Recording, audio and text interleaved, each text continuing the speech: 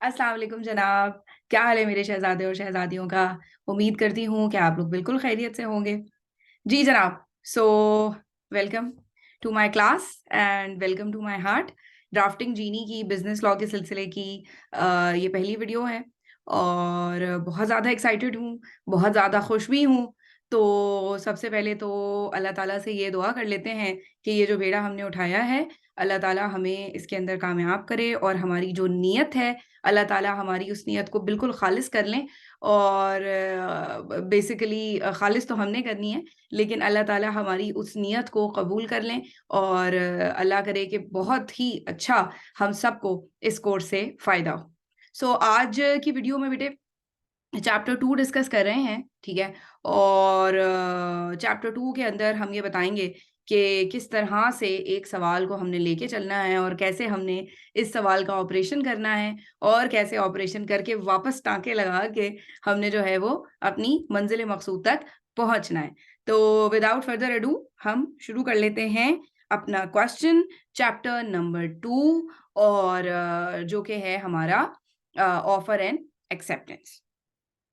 सो ये सवाल था ऑफर एंड एक्सेप्टेंस का, जो कि बहुत ही ज़्यादा फ़ेवरेट सवाल कह लें बच्चों का, या यूँ कह लें कि ज़रा-सा मुश्किल लगता है बच्चों को।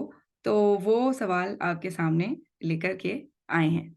जनाब, सो ये हमारे सामने आ रहा है हमारा चैप्टर 2 और सवाल आ गया जी आपके सामने। स्क्रीन को फुल कर लेते हैं। देखिए जी, सो कहते हैं Ahmad being interested in purchasing Adil's DHA property sent him. एक ये डीएचए का क्या भाई? क्या क्या तुक बनती थी डीएचए की यहाँ लिखने की? ये बात समझ में नहीं आई। लेकिन बहरहाल अच्छा जी, सो ये हमारा है क्वेश्चन नंबर, एक सेकंड जी, हाइलाइटर खोल लेते हैं। जी, ये है हमारा क्वेश्चन नंबर 1 बी और हमारी जो अटेम्प्ट थी वो थी।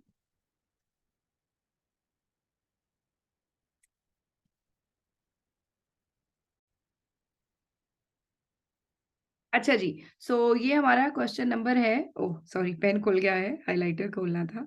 ये है हमारा जी क्वेश्चन नंबर 1 बी और ये हमारा स्प्रिंग 19 का क्वेश्चन है और इसके मार्क्स हैं 2। सवाल पढ़ लेते हैं। कहते हैं अहमद, इसका मतलब है हमने अहमद को हाइलाइट कर लिया। Being interested in purchasing Adil's DHA property, Adil को हाइलाइट कर लिया। Sent him this letter, sent, उसने हमें लेटर लिखा, ठीक है?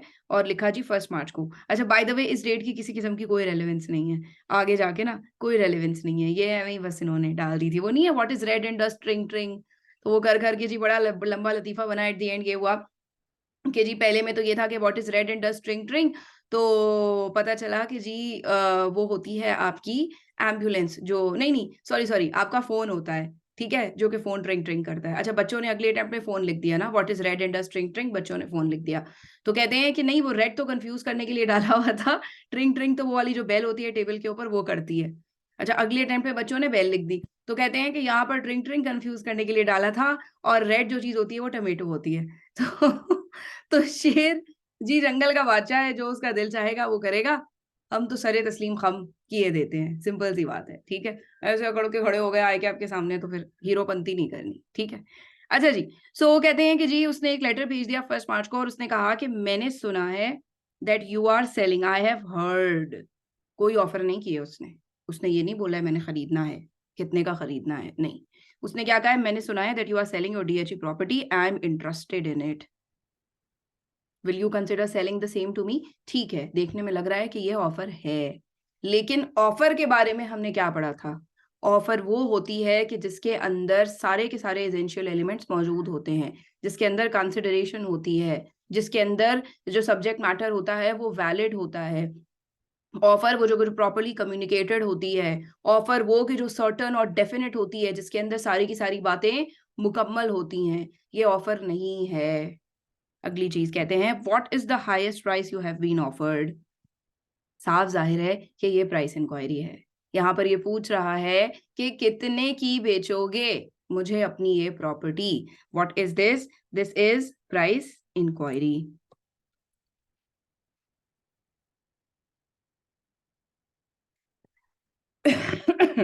आगे बढ़ जाते हैं।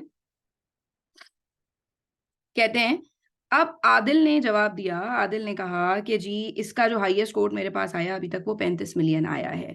क्या आदिल ने ये कहा कि मैं आपकी ऑफर एक्सेप्ट करता हूं? नहीं। क्या आदिल ने ये कहा कि आपको बेच दूंगा? नहीं। क्या आदिल ने ये कहा कि आपने मुझे जो ऑफर दी थी मैं आज उसको एक्सेप्ट करने का ऐलान करता हूं? नहीं। क्या आदिल ने ये कहा आप मुझसे 35 मिलियन की खरीद लें? नहीं। आदिल ने सिर्फ और सिर्फ सेलिंग प्राइस बताई है, जिसको लॉ की नजर में, कॉन्ट्रैक्ट एक्ट की नजर में कहते हैं स्टेटमेंट ऑफ सेलिंग प्राइस। उसने प्राइस पूछी, उसने प्राइस बता दी और अहमद ने जवाब दिया I agree to buy your DHA property for ₹36 million. अब ये ऑफर है। उसने कहा कि तुम्हारी प्रॉपर्टी मैं खरीदना चाहता हूं। This is offer number 1। Now this is an offer. क्यों? क्योंकि इसके अंदर ऑफर के एसेंशियल एलिमेंट्स मौजूद हैं। Offer has to be certain and definite. वो नहीं होता अब आप में से जिसके शहर में अगर ये अगर कोई गांव में रहता है या इस तरह है जहाँ उबर नहीं है, या जिस जमाने में उबर नहीं थी, वहां पे आप टैक्सी पे बैठे ना, तो टैक्सी वाला क्या कहता था, कितने पैसे लोगे? बाजी जो मुनासिब वो दे दे। मैं कहती थी मेरा दिल तो 10 रुपए देने को चाह रहा है, दे दूं। ठीक है। सो ऐसी तो कोई ऑफर नहीं होती ना कि जिसके अंदर आपने कोई ना प्राइस बताई हो, ना आपने इजहार किया हो, कुछ भी नहीं है। तो इससे पहले ऑफर नहीं थी, अब ऑफर बन गई। So this is your offer number 1। Subsequently Adil received an offer from Hamid. अब एक नई एंट्री हमारी कहानी में, हमारी कहानी का एक नया किरदार जो है उसने जन्म लिया, हामिद। हामिद हमारी कहानी के अंदर आ गया और हामिद ने बोला कि जी मैं तो लेना चाहता हूं कितने की? 38 मिलियन की। अब this is your offer number 2। अरे ये पेन पीला कैसे हो गया? Sorry. So this is your, अगर नजर नहीं आ रहा है तो इसको एनसर्कल कर दिया है, this is your offer number 2। इसका मतलब है कि आदिल साहब अभी चल रहे हैं चौड़ में और आदिल साहब को 2 लोग ऑफर कर चुके हैं। एक ऑफर उनको आई है अहमद की तरफ से और दूसरी ऑफर उनको आई है हामिद की तरफ से। हमने लॉ में पढ़ा था कि जो ऑफरी होता है, ऑफरी कौन होता है? कि जिसको ऑफर की जाती है, कि जो ऑफरी होता है उसकी मर्जी होती है कि वो ऑफरर की गई ऑफर को एक्सेप्ट करे या ना करे। ऑफरी की मर्जी है कि वो ऑफरर की गई ऑफर को एक्सेप्ट करे या ना करे। यहां पर मर्जी है किसकी? आदिल की। आदिल के कोर्ट में 2 बॉल्स हैं और आदिल की मर्जी है कि वो जिसको भी चाहे यहां पर बेच दे। रिक्वायरमेंट देख लेते हैं। कहते हैं what will be Adil's liability. Adil की क्या लाइबिलिटी होगी? किसकी तरफ? Towards Ahmad. If he wishes to make the sale to Hamid. Adil अगर हामिद को बेचना चाहता है, which is quite logical because Hamid ने उसको 38 की ऑफर की है, ठीक है ना? तो अगर आदिल बेचना चाहता है अहमद को, तो क्या उसकी कोई जिम्मेदारी हामिद की तरफ बनती है या नहीं? ये सवाल उन्होंने हमसे पूछा और नंबर उन्होंने इसके दे दिए हमें 2। क्या करेंगे? अब हम देखते हैं स्टेप बाय स्टेप कि एक सवाल जब आपके सामने पेपर में आता है तो उस सवाल को किस तरह से लेकर चलते हैं। सबसे पहली बात बेटा आपको देखने हैं मार्क्स। ये कुछ स्टेप्स आपके सामने लिख दिए हैं।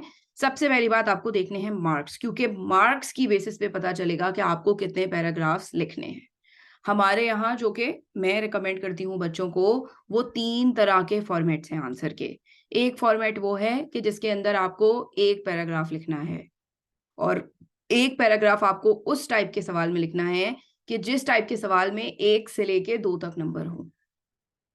अगर नंबर 3 है तो फिर आपने 2 पैराग्राफ का आंसर लिखना है, ठीक है?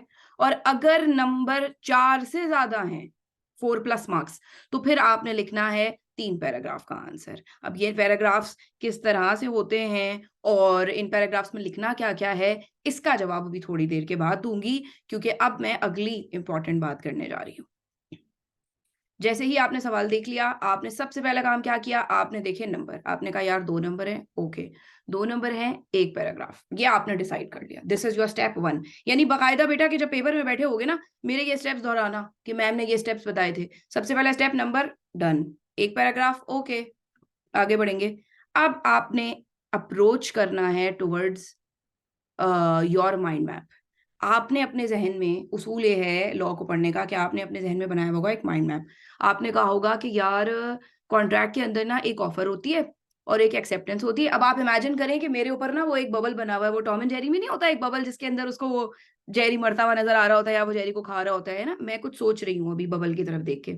तो अच्छा अब मैंने सोचा कि यार अच्छा यानी माइंड मैप ऐसे बनाऊँगी कि देखो एक होती है तुम्हारी ऑफ़र और एक होती है एक्सेप्टेंस, ओके। अब ऑफ़र के अंदर क्या-क्या चीज़ें थी जी? ऑफ़र के अंदर तो ये था कि एक ऑफ़र होती क्या है? वो ऑफ़र के एसेंशियल एलिमेंट्स और दूसरा ऑफ़र के अंदर था what is not N offer और तीसरा ऑफ़र के अंदर था रेवोकेशन ऑफ ऑफ़र। तो ऑफ़र के अंदर तो ये 3 सब टॉपिक्स थे। अच्छा जी। अब ये वाला जो सवाल है ना, मुझे लग रहा है कि ये सवाल आया है सब टॉपिक नंबर 2 से, जो कि था what is not N offer, okay. ये आया है what is not an offer में और what is not an offer में मैंने क्या-क्या पढ़ा था, अब मेरे ज़हन में खट, खट, खट, खट, खट वो सारी चीज़ें आ जानी चाहिए, जिनमें से एक चीज़ क्या है कि mere price inquiry is not an offer. ऐसे सवाल के अंदर आपने उस एरिया में घुसना है कि जिस एरिया से सवाल आया है। अगर बेटा ये कर लिया तुम्हारा 30% क्वेश्चन यही सॉल्व हो गया। अगर तुम एरिया आइडेंटिफाई कर लो और एरिया आइडेंटिफाई करने का बेहतरीन तरीका मैंने तुम्हें यही बताया है कि तुमने क्या करना है जब तुम एक टॉपिक पढ़ रहे होगे तुमने उसके एक स्केच बनाना है। चाहो तो पेपर पे बना लो और वो याद कर लो, ठीक है? और चाहो तो अपने दिमाग में, जैसे मैं नहीं टॉम एंड जेरी वाला कह रही। तो तुमने कहना है कि यार अच्छा ऑफर, ऑफर के अंदर आगे से 3 चीज़ें और ये वाला जो सवाल है ना मुझे लग रहा है ये ऑफर के सेकंड पार्ट से आया है। सेकंड पार्ट था what is not an offer ये तो वहाँ से आया है, okay. What is not an offer में कहाँ से आया है? ये आया है मेयर प्राइस इंक्वायरी से। तो अब तुम्हारे ज़हन में वो टॉपिक खुल गया, अब तुमने वहाँ से आंसर लिख लिया। कभी-कभी ऐसा होता है कि एक आंसर में 2 टॉपिक्स भी टच हो रहे होते हैं, जैसे कि यहाँ पर टच हो रहे हैं। एक पहला टॉपिक क्या है? मेयर प्राइस इंक्वायरी, दूसरा तुमने क्या सोचा? तुमने कहा यार एक्सेप्टेंस से भी आया है। फिर तुमने कहा यार एक्सेप्टेंस में क्या-क्या चीज़ें थी? एक्सेप्टेंस में तो था एक एसेंशियल एलिमेंट्स और फिर था कि एक्सेप्टेंस किन-किन सिचुएशंस में नहीं होती। 2 चीज़ें थी। अभी हमें सोचना है कि ये कहाँ से आया है? फिर आपको ख़्याल आएगा कि ये what is not N acceptance से आया है। फिर आपने फ़ौरन सोचना है कि what is not N acceptance में कहाँ से आया? समझ रहे हो? वो जो बचपन में हम वो मैट्रिक एफएससी तक वो फ़ॉर्मूले नहीं पढ़ते थे इक्वेशन, इक्वेशन खोली और बड़ी हो गई, खोली और बड़ी हो गई, खोली और बड़ी हो गई। ये कर रहे हो तुम यहाँ पे। तुमने ए प्लस बी होल स्क्वायर मैं भूल गई सब मैथ्स-वैथ्स, उससे तुमने शुरू किया है, ठीक है? और तुम जो है वो अब उसको खोल के फ़ॉर्मूले को एक्सपैंड करके नीचे चले आ रहे हो। तो अब तुम यहाँ पे आ गए और तुमने कहा कि यार अच्छा ये आया है what is not N acceptance से और ये आया है इस बात से कि अगर कोई सेलिंग प्राइस खाली बता दे, तो वो एक्सेप्टेंस नहीं होती। सो आपने फ़ौरन से कह दिया statement of selling price is not acceptance. ऐसे सोचना है बेटा। 30% गेम तुम्हारी यहीं ओवर हो गई। सवाल की ऐसी की तैसी। क्योंकि तुमने सवाल का ऑपरेशन करके उसके दिल के अंदर मौजूद जो खून था वो निकाल लिया है। अब तुम्हें समझ आ गया है कि मसला क्या है। अब जाएँगे हम मज़ीद सवाल के अंदर आगे। आई होप कि तुम्हें यहाँ तक समझ आ गया होगा और अगर कोई चीज़ समझ में ना आए तो you can always ask me. दूसरी चीज़ तुम्हें ये भी सोचनी चाहिए कि भई एक्सेप्टेंस में तो ऑफरर की सॉरी गलत लिख दिया ऑफरी। एक्सेप्टेंस में तो ऑफरी की मर्ज़ी होती है कि उसको जो है वो कोई ऑफर माने तो माने, वो ना माने तो ना माने। और यहाँ पर ऐसा ही हुआ है। यहाँ पर जो बंदा है आदिल उसके पास 2 ऑफ़रें हैं। अभी उसकी मर्ज़ी है कि वो माने के ना माने। अब आपके सामने ये 3 पॉइंट्स आ गए, आपने कहा कि यार ये यहाँ-यहाँ से सवाल आया है। अब आगे बढ़ते हैं और सवाल का बनाते हैं स्केच। स्केच बनाने का तरीका क्या है, ज़रा देख लेते हैं। बहुत से बच्चे ये गलती करते हैं कि वो स्केच नहीं बनाते, जिसकी वजह से वो सवाल को पढ़ते हैं बार-बार। अरे! सवाल को पढ़ते हैं बार-बार। अच्छा, अब सवाल को बार-बार पढ़ने की वजह से 2 चीज़ें होती हैं। एक तो ये होता है कि तुम्हारा टाइम वेस्ट होता है, ज़ाहिर है, बार-बार सवाल को पढ़ोगे। दूसरा ये होता है कि कोई गलती होने का चांस, कोई चीज़ ना ऐसा हो सकता है कि स्किप हो जाए। तो बेहतर ये है बेटा अच्छा कुछ बच्चे मुझे ये भी कहते हैं कि मैम इसके अंदर तो टाइम वेस्ट हो जाएगा। तो मैं कहती हूँ कि सवाल को बार-बार पढ़ने से तेरा टाइम वेस्ट नहीं हो रहा और अगर तूने एक इन्फॉर्मेशन गलत पढ़ के सवाल को गलत सॉल्व कर दिया और फिर उसको पूरा काट के तू दोबारा सॉल्व करेगा, इसमें तेरा टाइम नहीं वेस्ट हो रहा है। लेकिन ये मेरे शहज़ादे हैं, ठीक है, ये ऐसी बातें कभी-कभी करते हैं, कोई बात नहीं, उनके लिए ये हार्ट है, ये सही से बनाना नहीं आता मुझे, ये वाला, ठीक है। अच्छा, तो यार स्केच बना लो। अच्छा, स्केच तुमने बनाना कहाँ है? तुमने बनाना है चैप्टर के बिल्कुल आंसर शीट के बिल्कुल एंड पे, वहां पे तुमने बनाना है, ठीक है? और उसके बाद तुमने उसको काट देना है। अगर तुम खुशनसीब हुए और अगर पेपर चेकर की नजर, ये अब पॉसिबल है नहीं बिकॉज अब स्कैनिंग होती है, लेकिन हमारे जमाने में पूरा का पूरा पेपर एक ही बंदा चेक किया करता था।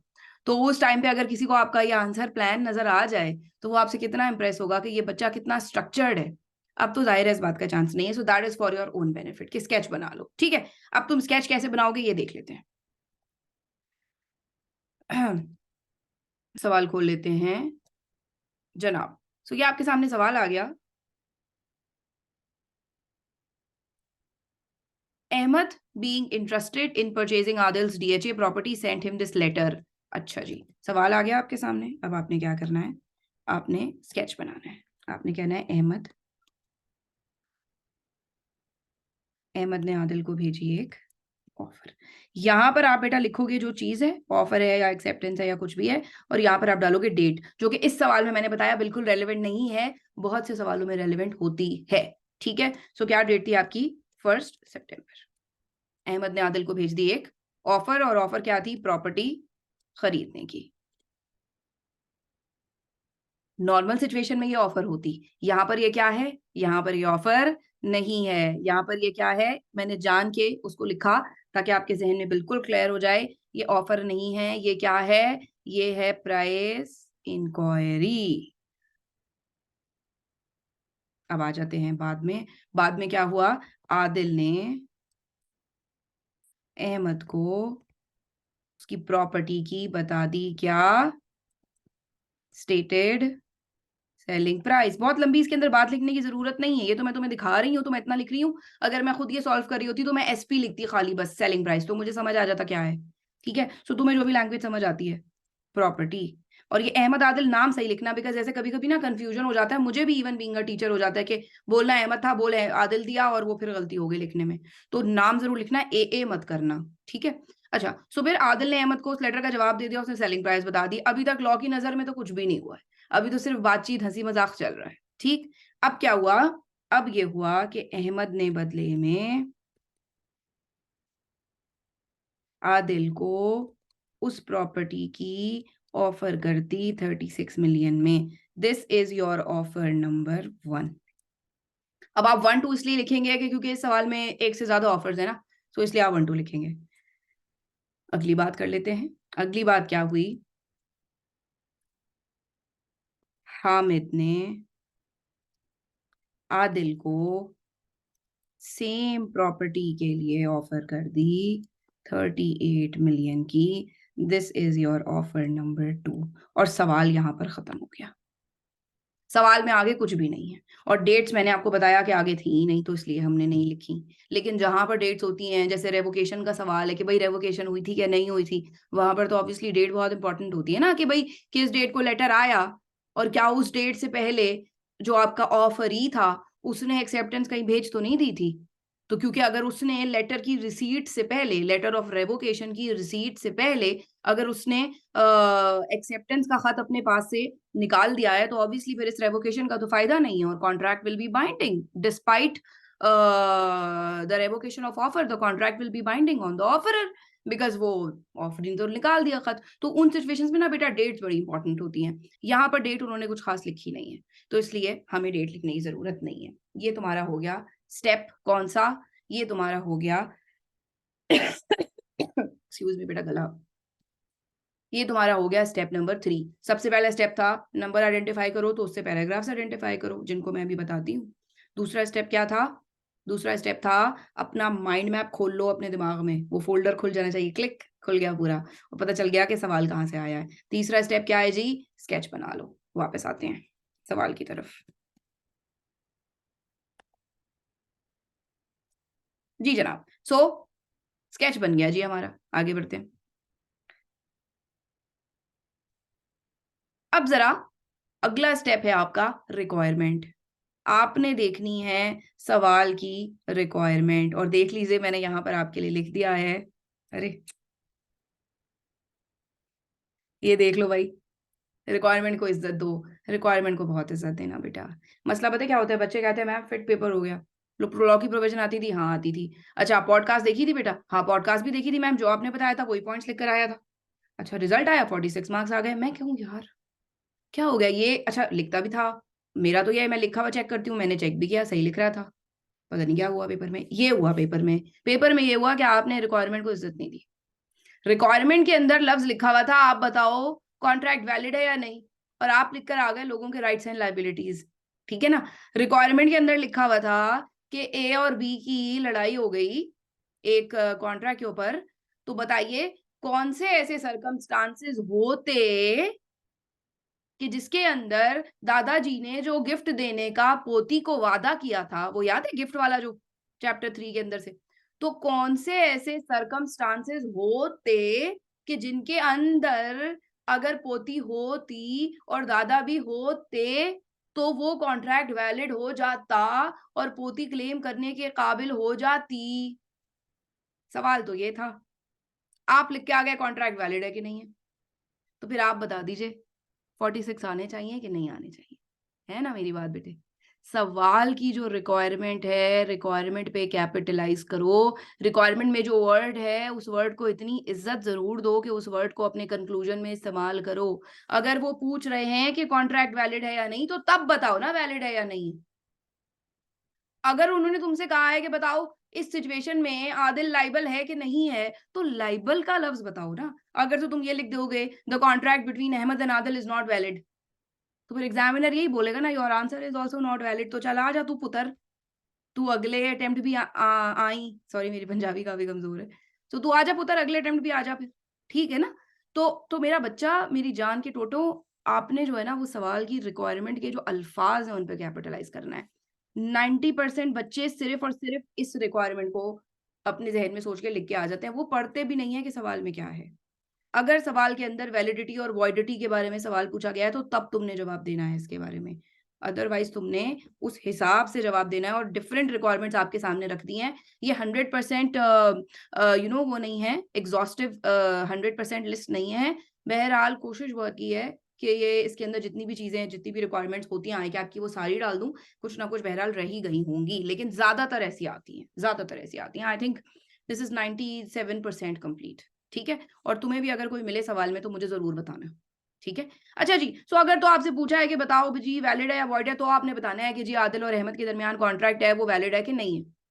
लेकिन अगर आपसे ये पूछा ही नहीं है तो फिर आपने ऐसी बात नहीं करनी, बल्कि आपने रिक्वायरमेंट के हिसाब से जवाब देना है। उसने यहाँ पे पूछा आपसे, अगर under what circumstances the contract between Adil and Ahmad would be valid, समझ रहे हो? या उसने पूछा under what circumstances the contract, या under what circumstances Adil would be bound to sell this property to Ahmad. अगर ऐसा सवाल होता तो फिर यहां पर आप लिखते वो सर्कमस्टांसेस कि जिनके अंदर अगर वो होते तो ये कॉन्ट्रैक्ट भी वैलिड होता। वो लिखना था आपको, ये नहीं लिखना था कि कॉन्ट्रैक्ट वैलिड है कि नहीं, बल्कि आपको लिखना था कि अगर ऐसा होता कि जो पहला खत अहमद ने लिखा था, अगर उसमें एक ऑफर होती और अगर उस ऑफर का जवाब आदिल दे देता, तो उस सिचुएशन में एक कॉन्ट्रैक्ट वैलिड हो जाता। अगर अगर वाला जवाब, अगर अगर वाला जवाब। अगर उसने पूछा under what circumstances the contract between Ahmed and Adil would be valid, तो फिर आप ये बताते currently the contract is not valid, however if Ahmed offered to buy the property in his first letter and Adil responded to the letter by accepting the offer, then the contract between them would be valid, and in those circumstances Adil would be liable to sell the property only to Ahmed. अब ये जो मैंने बोला है ना, इसको जरा वो 0.75x पे करके सुन लेना, और ज्यादा अच्छा समझ आएगा। वो जोश खिताबत में मैं थोड़ी स्पीड में आ जाती हूँ। अगली चीज कहते हैं whether a person can claim या would be able to claim, ये वाली बात करते हैं ना। सो कहते हैं कि जी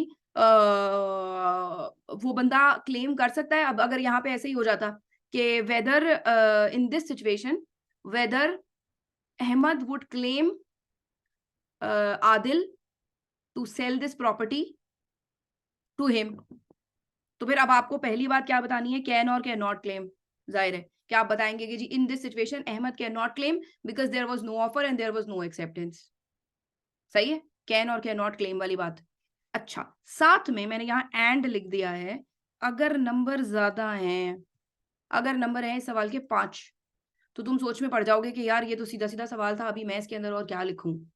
उस सिचुएशन में फिर तुम ये बता दोगे कि वो कौन सी कंडीशंस होती कि जिन कंडीशंस के होने पर अहमद जो है वो आदिल जो है वो अहमद के सामने जिम्मेदार हो जाता।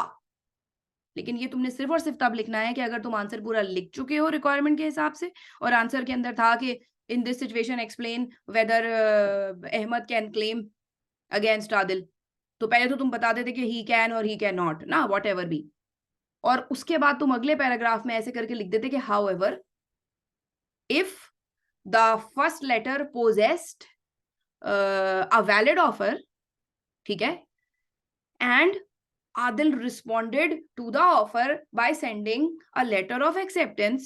In that situation, Ahmed would be able to claim against Adil to sell him the property. लेकिन ये तुम सिर्फ वहां लिखोगे बेटा कि जहां पर सवाल के नंबर बहुत ज्यादा होंगे और 5 नंबर होंगे और तुम्हें समझ नहीं आ रहा होगा कि मैं इसमें लिखूं क्या। आई कैप मुंह से नहीं बोलता, आई कैप कहता है मेरे दिल की बात समझो, और तुम आई कैप के बच्चे हो, अगर तुम आई कैप के दिल की नहीं समझोगे तो कौन समझेगा, और तुम क्योंकि बच्चे हो तो तुम समझ नहीं पाते। मैं हूं ना भाई, मैं आपको बता रही हूँ, मेरी बात पे भरोसा कर लीजिए कि जब आपको लगता है ना यार ये इसमें मैं क्या लिखूं, इसने इतने लंबे नंबर दे दिए हैं, इतना तो है ही नहीं लिखने को, मतलब वो नहीं था, ये तो शुरू होता ही खत्म हो गया। तो फिर उस सिचुएशन में बेटा ऐसे करके मीनाकारियां करके कुछ लिखो। अब मैं ये नहीं कह रही हूँ कि एक्स्ट्रा लिख लिख के पेजेस भर आओ, कभी कह दो जी मैम अतिया ने बोला था हम तो एक्स्ट्रा लिखा है, नहीं, एक्स्ट्रा लिखने से भी ज्यादा कोई फायदा ही नहीं होता है, एक्स्ट्रा लिखने पे भी उसको गुस्सा बहुत आता है।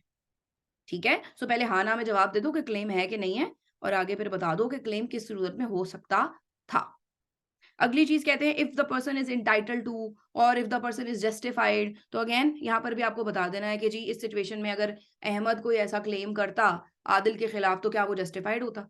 तो यहाँ पर आप बता देंगे कि नहीं जी, अहमद का क्लेम आदिल के खिलाफ जस्टिफाइड नहीं है, बिकॉज उन दोनों के दरमियान कोई ऑफर और एक्सेप्टेंस तो हुई ही नहीं थी।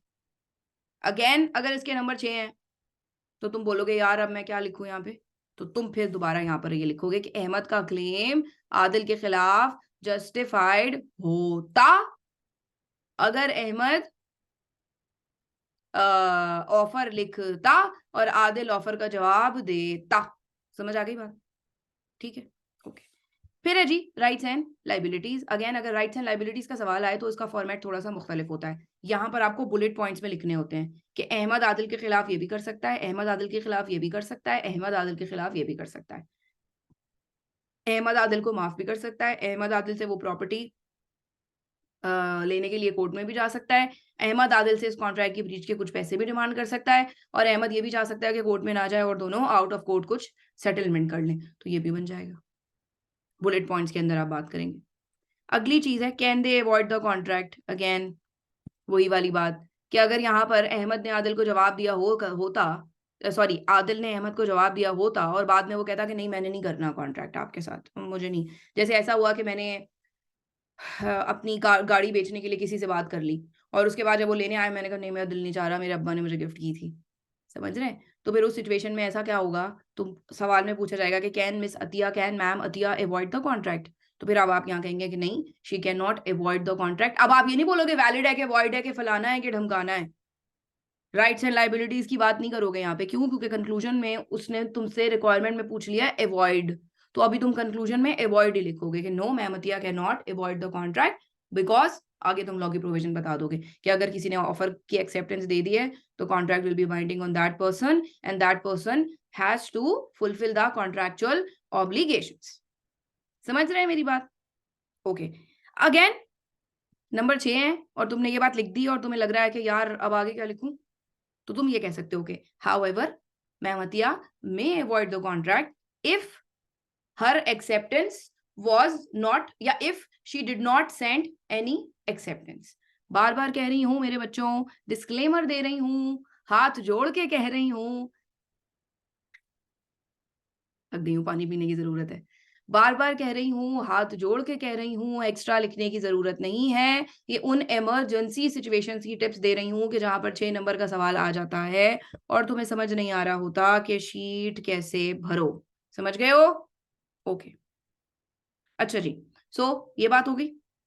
अगली requirement, what are the remedies available to that person. ये जो रेमेडीज अवेलेबल है ना, बेसिकली ये राइट्स एंड लायबिलिटीज का एक दूसरा लफ्ज है कि अगर यहाँ पर आदिल और अहमद के दरमियान एक वैलिड कॉन्ट्रैक्ट हो जाता और उसके बाद अहमद जो है वो, या आदिल या अहमद में से कोई भी एक इस कॉन्ट्रैक्ट को मानने से इनकार कर देता, तो उस सिचुएशन में क्या होता, ये बात कर रहे हैं यहाँ पे। ठीक है, तो क्या कह रहे हैं यहाँ पर, कहते हैं कि जी रेमेडीज बेसिकली ये अवेलेबल होती यहाँ इस सिचुएशन में कि एक तो ये कि आदिल जो है वो अहमद जो है वो माफ भी कर सकता है, अहमद जो है वो कोर्ट से डैमेजेस ले सकता है, अहमद जो है वो कोर्ट से कह सकता है कि नहीं जी मुझे तो ये प्रॉपर्टी ही चाहिए, और अहमद ये भी उससे कह सकता है कि अच्छा मुझे थोड़े से पैसे दे दो तो मैं फिर तुम्हारी प्रॉपर्टी का क्लेम नहीं फाइल करूंगा। कोई भी ऐसी कोई चीज है जो कि लॉ में उसको करनी अवेलेबल है।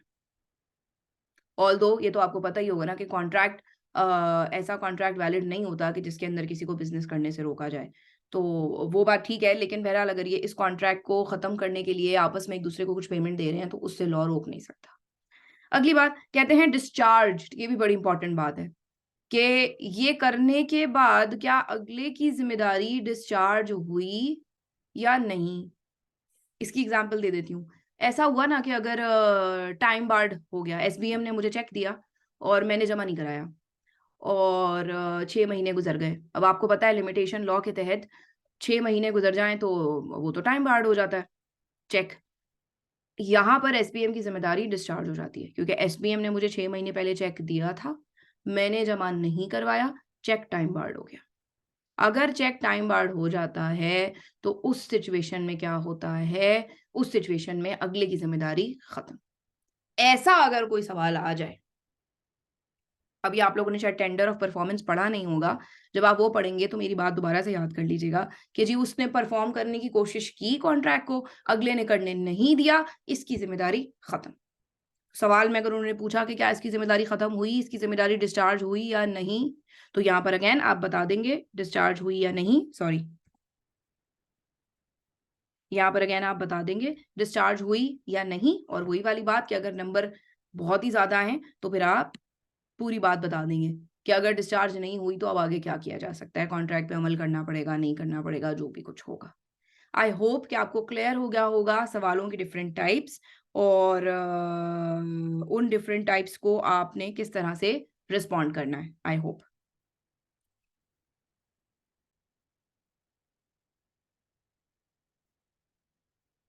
जनाब, सो हमने देख ली सवाल की रिक्वायरमेंट और अब हम स्टेप्स की तरफ दोबारा आते हैं। हमने पढ़ा सबसे पहला स्टेप आपने मार्क्स आइडेंटिफाई कर लेने हैं, फिर आपने अपना वो माइंड मैप अप्रोच कर लेना है, फिर आपने स्केच बना लेना है, फिर आपने रिक्वायरमेंट को गौर से देख लेना है कि रिक्वायरमेंट में मुझसे माँग क्या रहे हैं, क्योंकि उसी के हिसाब से आपका पूरा का पूरा आंसर डिज़ाइन किया जाएगा और वही लफ्ज़ आपने अपने आंसर के अंदर इस्तेमाल करना होगा जो लफ्ज़ इन्होंने माँगा हुआ है। अब आ जाते हैं जो मैंने आपसे कहा था कि आपको बताऊँगी पैराग्राफ्स का फॉर्मेट। ये देखो जी, मैंने आपसे कहा 3 किस्म के आपके जो है ना वो मार्क्स होंगे, ठीक है? जिसके अंदर मैंने आपसे कहा कि जी 1 से 2 नंबर का अगर सवाल हो तो उसमें आपने 1 पैराग्राफ में बात करनी है। अगर आपका जो है वो 3 से ज़्यादा यानी 3 नंबर का सवाल है तो 2 पैराग्राफ्स, और अगर आपका 4 से ज़्यादा नंबर का सवाल है तो फिर आपने 3 पैराग्राफ्स के अंदर अपना जवाब देना है। अब 3 पैराग्राफ का बिल्कुल ये मतलब नहीं है कि जैसे आप ये कहेंगे कि यहाँ पर मैम ने लिखा है 1 पैराग्राफ फॉर्मेट और नीचे मैम ने 2 पैराग्राफ्स बनाए हुए हैं। सो इसका ये बिल्कुल मतलब नहीं है कि आप सवाल को स्पेसिंग देने के लिए अगर कोई इस तरह की चीज़ कर रहे हैं कि जी ज़्यादा लिख लिया तो भई उसको हवा देखो, थ्योरी का पेपर है ना, इसको चेक करते हुए मौत आ रही होती है अगले को। एक तो तुम लोग की हैंडराइटिंग चेक करना वैसे ही जान जोखिम का काम है। तो सवाल को ना थोड़ा खुला-खुला, हवादार, रोशन, it should be like a cup of coffee for the paper checker. तो अगर तुम्हें लगे ना कि बहुत बम्बार्डमेंट ऑफ इन्फॉर्मेशन हो गई है, ठा, ठा, ठा, ठा, तो तुम ना फौरन से पैराग्राफ बना दो और अगले पैराग्राफ में बात को ले आओ। ये मत समझो कि यहाँ पर ये जो तुम्हें 2 पैराग्राफ नज़र आ रहे हैं, ये 2 पैराग्राफ तुम्हारे वो हैं जिसकी मैं बात कर रही हूँ। मैं जो 2 पैराग्राफ कह रही हूँ ना, उसका मतलब ये है, एक हेडिंग, दूसरी हेडिंग। समझ रहे हो?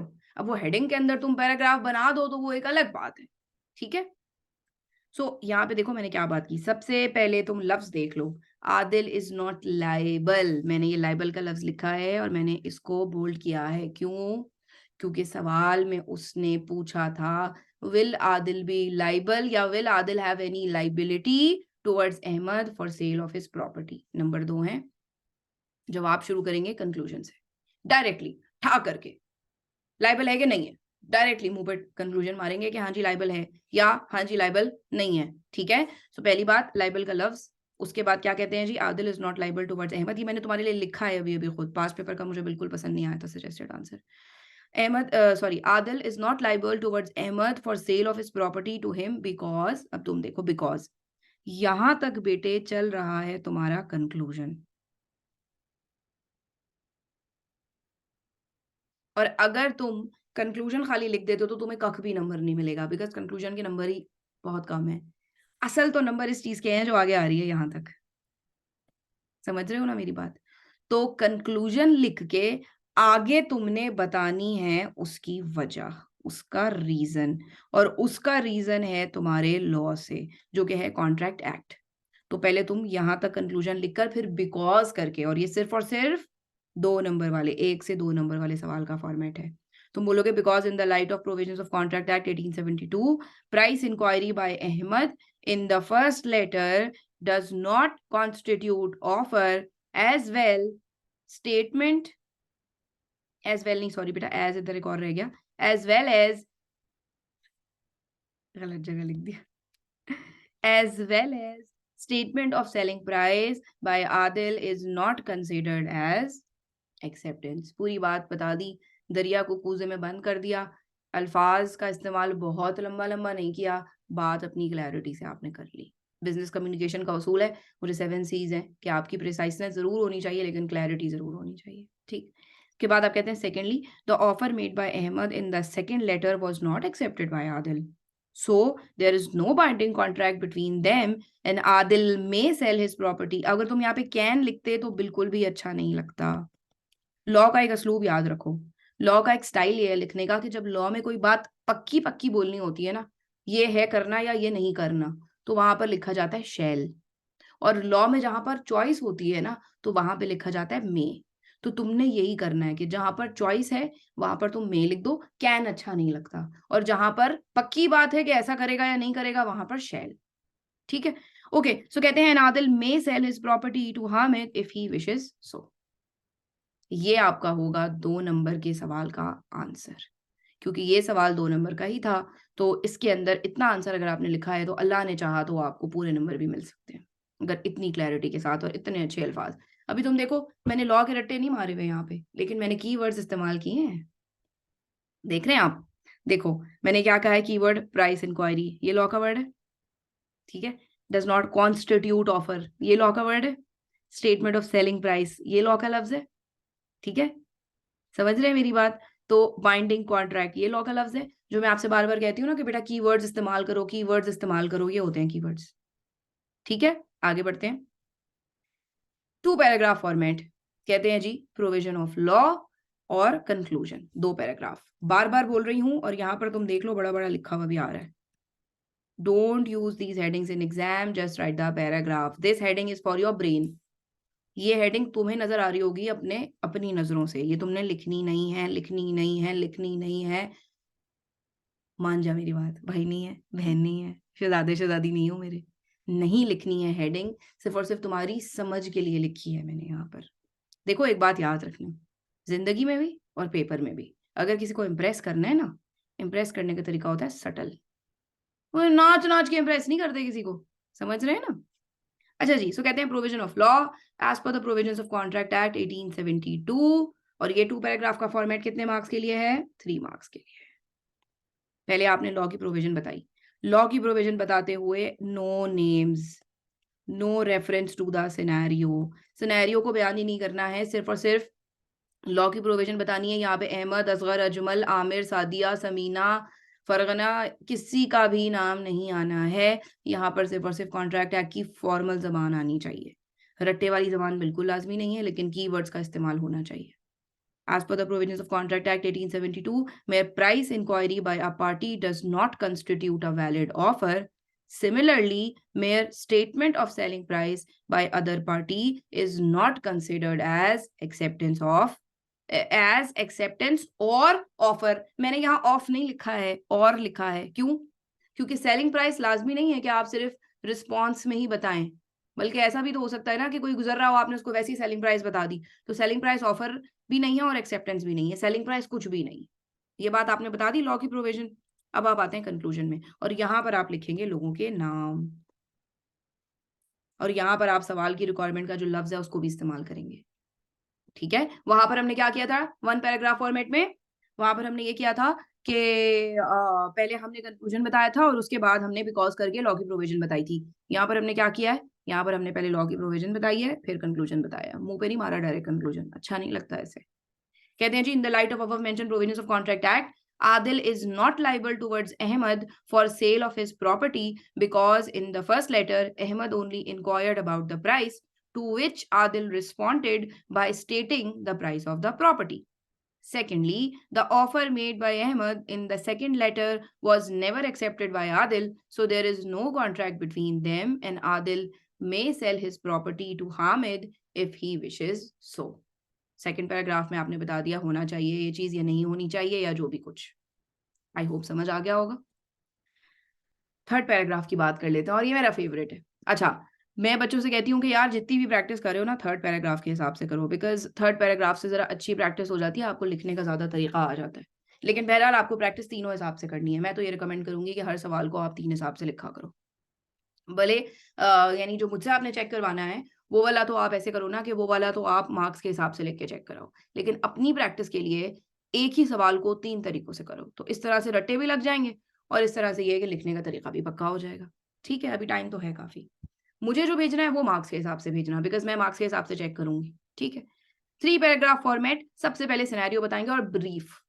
सिनेरियो के अंदर लोगों के होंगे नाम, अहमद, असगर, अजमल, समीना, जो भी लोग हैं। अगेन सेकंड पैराग्राफ के अंदर नाम बिल्कुल नहीं होंगे, no reference to the scenario, nothing. Third paragraph के अंदर नाम दोबारा वापस आ जाएंगे।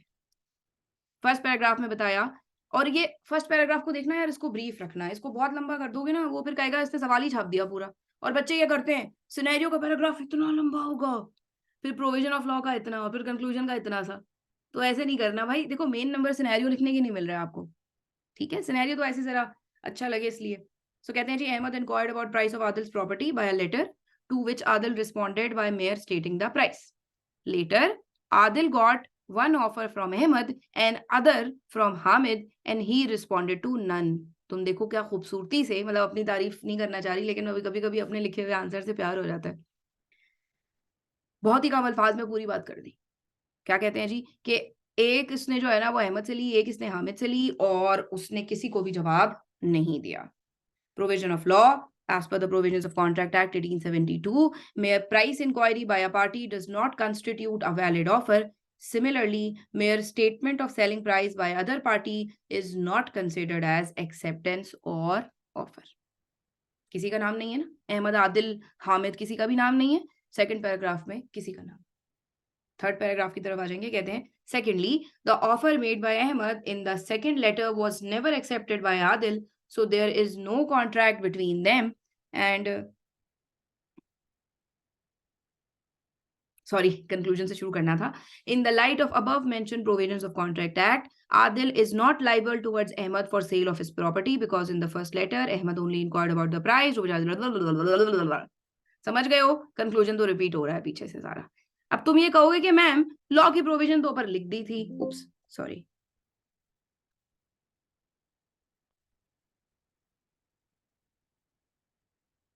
शुरू से शुरू होगा जी।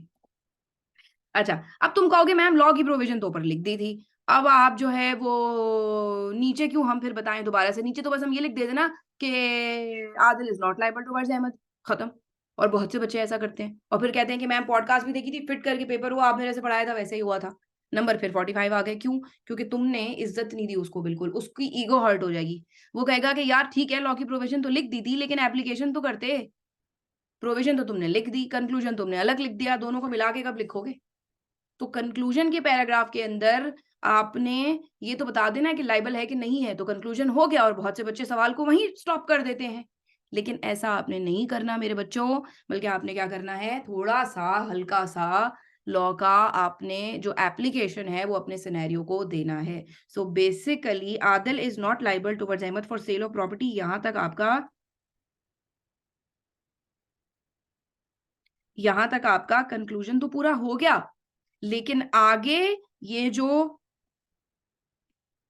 ये जो यहाँ से लेकर मेरे बच्चों यहाँ तक है ना, ये पैराग्राफ नंबर 1 और पैराग्राफ नंबर 2 का मर्जर है। और पैराग्राफ नंबर 1 और 2 का मर्जर ज़रूर लिखना है यहाँ पर आपने, वरना अच्छा नहीं लगेगा, आंसर बहुत छोटा हो जाएगा। देखो इसके नंबर 4 से ज़्यादा है और ऐसे ही नहीं मिल जाते 4 से ज़्यादा नंबर। अब कुछ बच्चे कहेंगे कि मैम बहुत लंबा हो रहा है आंसर इस तरह, तो भाई प्रैक्टिस करो ना, लिखो, रोज़ लिखो। कंप्यूटेशनल पेपर को कितना लिखते हो यार? मतलब हाँ, ठीक है भई, मेरी तो भई मैं बहुत हर्ट हो जाती हूँ हाँ, इस बात के ऊपर। अभी कल ही एक कंप्यूटेशनल पेपर के टीचर के साथ बैठी थी, तो वो मज़ाक कर रहे थे कि आप कहती हैं कि लिखो, लिखो। तो मैं कहती हूँ, भई लिखोगे नहीं तो फिर वही होता है, मैम पता नहीं क्यों 38 पे पेपर फेल हो गया, मैम पता नहीं क्यों 42 मार्क्स आ गए। बेटा इसीलिए आ गए ना कि तुम फाइनेंशियल स्टेटमेंट्स बनाने तो घंटों तक बैठे रहे, बैठे रहे, बैठे रहे। इसको तुमने क्या करते हो? एक पास्ट पेपर का क्वेश्चन देखा, उसके बाद पेज पलट के आंसर देखा, फिर बोला हाँ, ये तो सोच रहा था मैं। वो पेपर के अंदर लिखना पड़ जाता है तो मुसीबत हो जाती है। तो कम से कम डेली बेसिस पे 2 सवाल तो बेटा लिखने हैं लाज़मी। ठीक है जी। सो आई होप कि आप लोगों को समझ आ गया होगा और सवाल की रिक्वायरमेंट को समझने का तरीका भी आपको समझ आ गया होगा और उम्मीद करती हूँ कि ये सेशन आपके लिए बहुत फ़ायदेमंद होगा। अब आपने करना क्या है, आप लोगों का हमने गूगल क्लासरूम बना दिया है। धड़ाधड़ सवाल लिखना शुरू करो चैप्टर 2 के पूरे और मुझे भेजना शुरू करो। अल्लाह ताला आपका हामी और नासिर हो। और अपना नारा दोबारा से दोहराएँगे, थ्योरेटिकल सब्जेक्ट्स को इज़्ज़त दो। ड्राफ्टिंग जीनी आउट, भाषण-ए-सिद्दीकी एंडेड। अल्लाह हाफ़िज़।